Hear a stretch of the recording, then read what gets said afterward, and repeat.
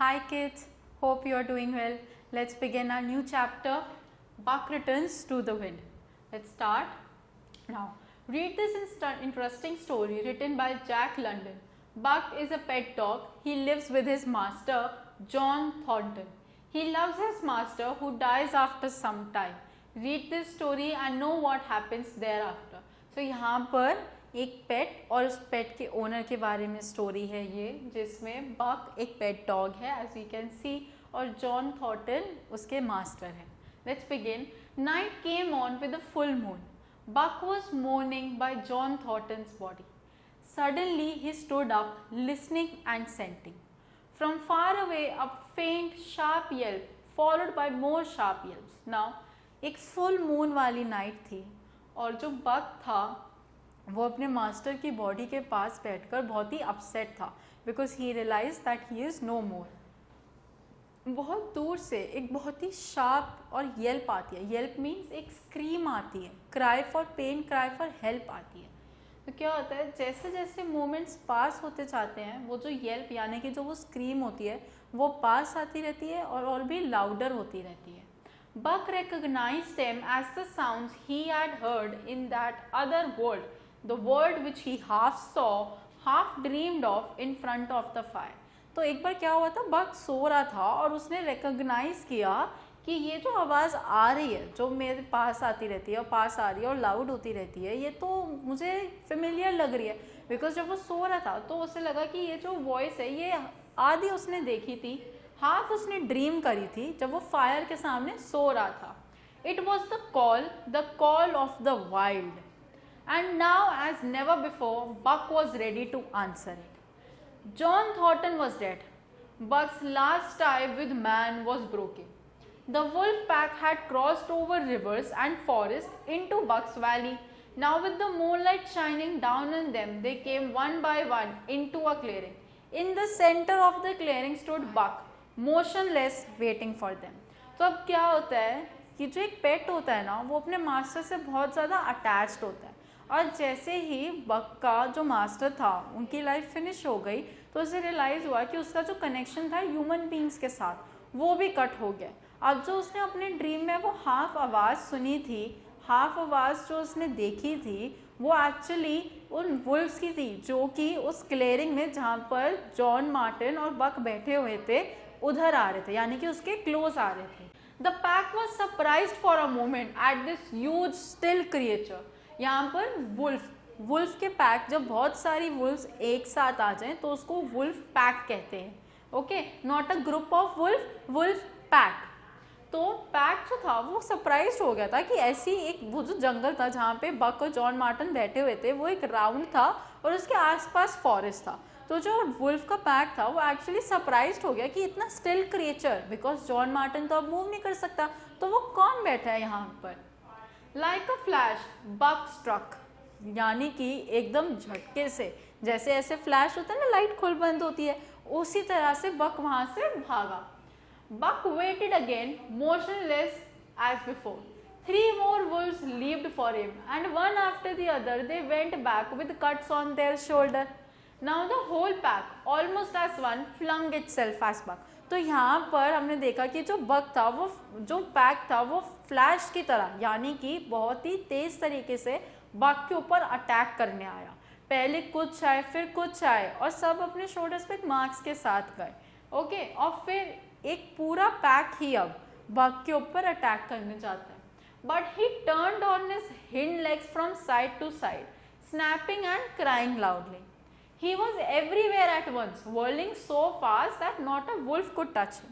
तो जो यहाँ पे हाइंड लेग्स बात हो रही है वो उसके जो टेल की साइड वाली लेग्स होती है ना, वहाँ की बता रहे हैं कि जब पूरा पैक बक के ऊपर अटैक करने आया तो जो बक था वो इतनी तेज तरीके से राइट लेफ्ट हो रहा था कि कोई एक वुल्फ भी उसको टच ही नहीं कर पा रही थी. He was very fast, he was moving very fast.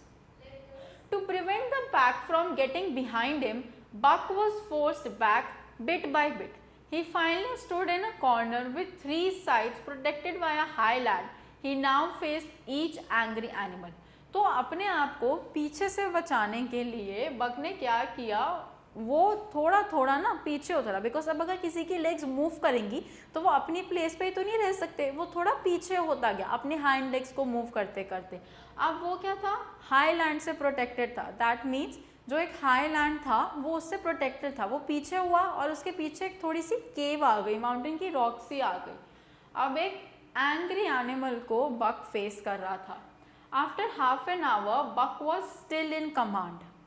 The pack had, command का मतलब अभी भी बक जीत रहा था। सो वन पेट डॉग बक और एक वुल्फ का पूरा पैक, बट अभी भी बक वॉज लीडिंग।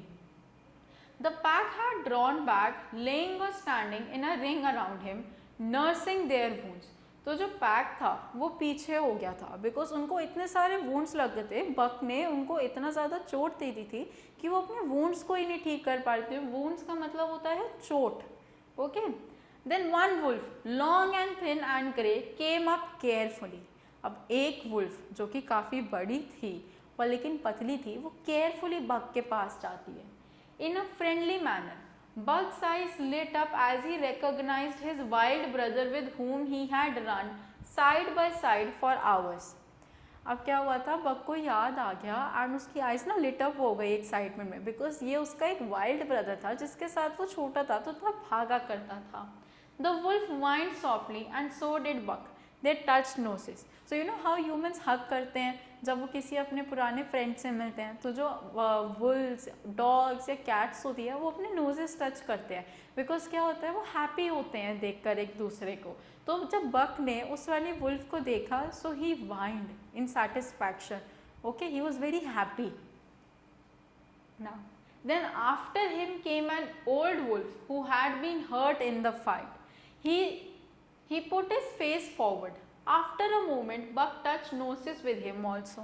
तो अब कुछ देर के बाद क्या होता है कि एक और ओल्ड वुल्फ आती है और वो भी सिर्फ अपना फेस आगे करती है टू शो कि मैं बक आपको हार्म करने नहीं आया हूँ, मैं एक्चुअली फ्रेंडशिप करने आया हूँ। तो जब थोड़ी देर उन्होंने अपना फेस आगे रखा तो बक ने भी अपनी नोज को उनसे टच किया, ये आइडेंटिफाई करने के लिए कि हाँ अब आप भी मेरे फ्रेंड हैं। After a moment, at this the old wolf sat down, pointed his nose at the moon and broke out in a long wolf howl. तो जब उसकी फ्रेंडशिप भी एक्सेप्ट हो गई तो उन्होंने क्या किया, वुल्फ्स जो होते हैं ना मून को देखकर साउंड निकालती हैं, उसे हाउल कहते हैं। तो उसने क्या करा, उस वुल्फ ने भी एक लॉन्ग हाउल निकाला, बिकॉज उसकी फ्रेंडशिप भी एक्सेप्ट हो गई थी। अब the other wolves did the same. Buck watching eagerly felt his fur stand up. However, this was not from anger, but from the strangeness and sadness of the cry. He could no longer stay quiet, but sat down and howled at the moon. तो क्या करा, क्योंकि बाकी सारी wolves की भी अब उसके साथ फ्रेंडशिप हो गई थी, तो उसने देखा बक ने कि सारी ही वुल्फ्स एक साथ बैठकर मून की तरफ देखकर हाउल कर रही है, यानी कि साउंड निकाल रही है। और वो जो साउंड थी वो उसको गूज बम्प्स दे रही थी, उसको शॉक कर रही थी। और वो कोई हैप्पी शॉकनेस नहीं थी, वो उसको एक्चुअली सैडनेस करी थी, वो अपने इमोशंस फील करवा रहा था, बिकॉज उसका मास्टर अभी लाइफ छोड़ के गया है, you know, so he was very upset. तो जो उन वुल्फ्स की हाउल थी वो एक्चुअली में उस हाउल से बहुत ज़्यादा इमोशनल हो रहा था, तो वो भी वहाँ पर बैठ गया and he also started making that हाउलिंग sound. This over, Buck came out of his protected place. The pack crowded around him, sniffing in a half-friendly, half-wild manner. Then the leaders yelped and sprang away into the woods.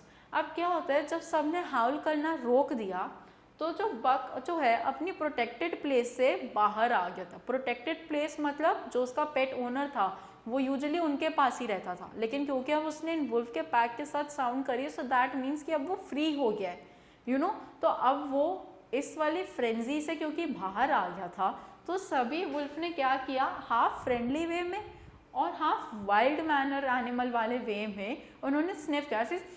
ऐसे करते हैं ना जब हम अपनी nose को, जब हमें कोल्ड हो जाता है तो इट इज़ कॉल्ड स्निफिंग, या जैसे हम रोते रोते करते हैं. So that this action is called sniffing your nose. Okay, तो बक ने भी क्या किया, बक और उसके वुल्फ वाले फ्रेंड्स ने भी अब इसी तरीके से स्निफ करा. Okay, then the leaders yelled and sprang away into the woods. फिर जो लीडर्स थे, दैट मीन्स जो वो थिन ओल्ड लीडर थे, जो पावरफुल लीडर्स थे, जो वुल्फ्स के पैक के, वो सब अब जा चुके थे वहाँ से.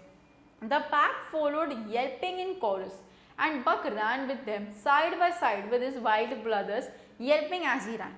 तो जो पैक जो था वो यही येल्पिंग का साउंड जो कोरस था इसको ही बना के बोलते बोलते जा रहे थे, और जो बक था वो भी अब अपने उस स्पॉट से बाहर आ गया था जहाँ पे वो अपने मास्टर की डेड बॉडी को लेके बैठा हुआ था और अपने वाइल्ड ब्रदर के साथ जो सबसे पहले आए थे उससे नोज टच करने के लिए उनके साथ रन कर रहा था. Now, as we can see, the chapter is over. So the main part, the main learning from this chapter is कि हमें अपनी comfort space में नहीं रहना चाहिए हमेशा.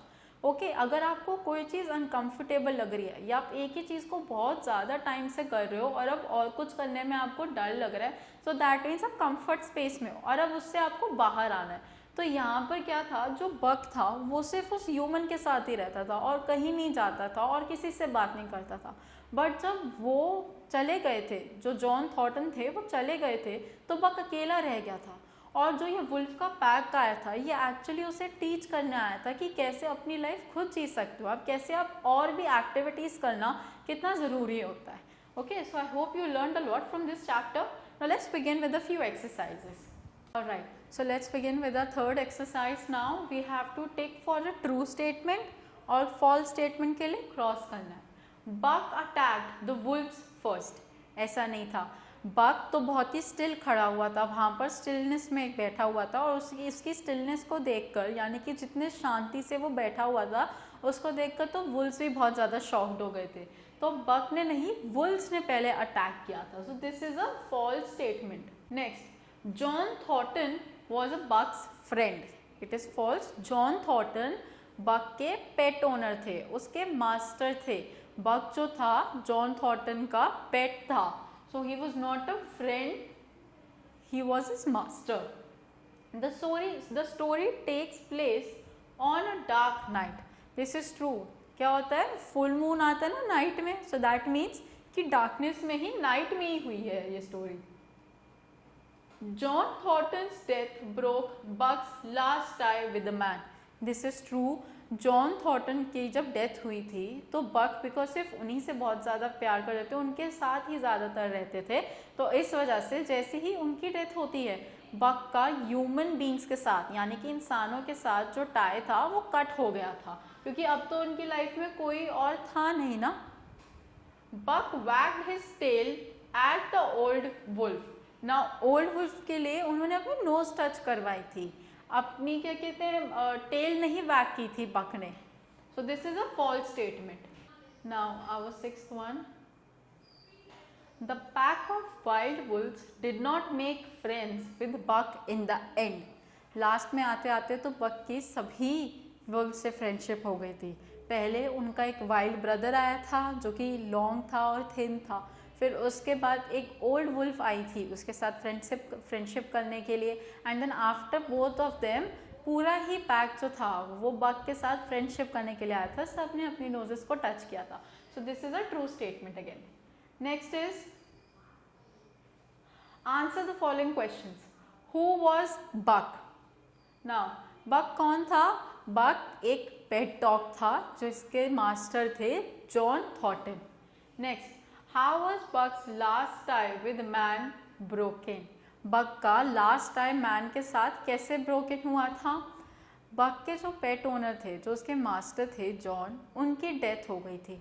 बिकॉज बक जो था बचपन से उनके साथ ही रहता था और उनके साथ ही कंफर्टेबल था, उन्हीं से बहुत ज़्यादा प्यार करता था, तो वो उन्हीं के साथ ज़्यादातर रहता था. बट अब जैसे ही जॉन की डेथ होती है बक जो थे वो अकेले रह गए थे. अब वो और किसी और ह्यूमन को नहीं जानते थे, तो जॉन की डेथ की वजह से बक का लास्ट कनेक्शन जो था मैन के साथ वो कट हो जाता है. Next question, how did Buck defend himself from the pack of Wolves?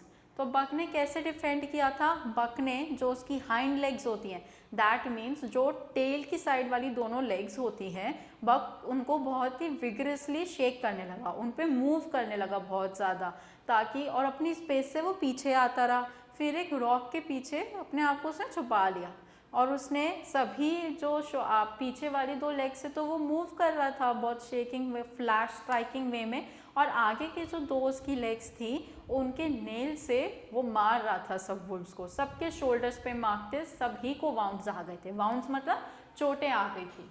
Next, who advanced up to Buck in a friendly manner, तो फ्रेंडली मैनर में कौन आया था बक की तरफ? जो सबसे पहला वुल्फ आया था, जो कि लॉन्ग थे और थिन थे, वो बहुत ही केयरफुली वॉक कर कर आते हैं और अपनी नोज़ को आगे करते हैं और बक उन्हें पहचान लेते हैं। वो कौन होते हैं बक के? वो बक के वाइल्ड ब्रदर होते हैं। Now why did Buck's eyes light up, अब बक की आइज लाइट अप क्यों हुई थी? बक की आइज लाइट अप हुई थी क्योंकि उन्होंने अपने पुराने फ्रेंड को देखा था, अपने वाइल्ड ब्रदर को देखा था, जिससे देख के वो बहुत खुश हो गए थे। और जब हम खुश हो जाते हैं तो हमारी आइज जैसे लाइट अप हो जाती है, हम हैप्पी हो जाते हैं, एकदम से एक शाइन आ जाती है आइज में। तो जब उन्होंने अपने पुराने वाइल्ड ब्रदर को देखा, इसलिए वो हैप्पी हो गए थे। What did the old wolf do? Why did Buck imitate him? Old wolf ने क्या किया था? हाउल किया था, वो भी मून को देखकर। और उसके बाद और भी बहुत सारी वुल्फ्स ने मून को देखकर हाउल किया। तो ये सब देख के बक इतने इमोशनल हो जाते हैं और वो भी अपनी पोजीशन में बैठ के हाउल करना स्टार्ट कर देते हैं। Okay, so that was it for this chapter. I hope you understood how always not being in your comfort space is a good thing. हमें न्यू वाइल्ड और एडवेंचरस चीज़ें भी करनी चाहिए, हमेशा एक ही टास्क को बार बार नहीं करना चाहिए। जिस तरीके से बक ने बहुत ही करेज दिखा के अपनी लाइफ से मूव ऑन करे, आई होप आप भी वैसे ही करें। Keep studying, keep watching our videos and I see you next time.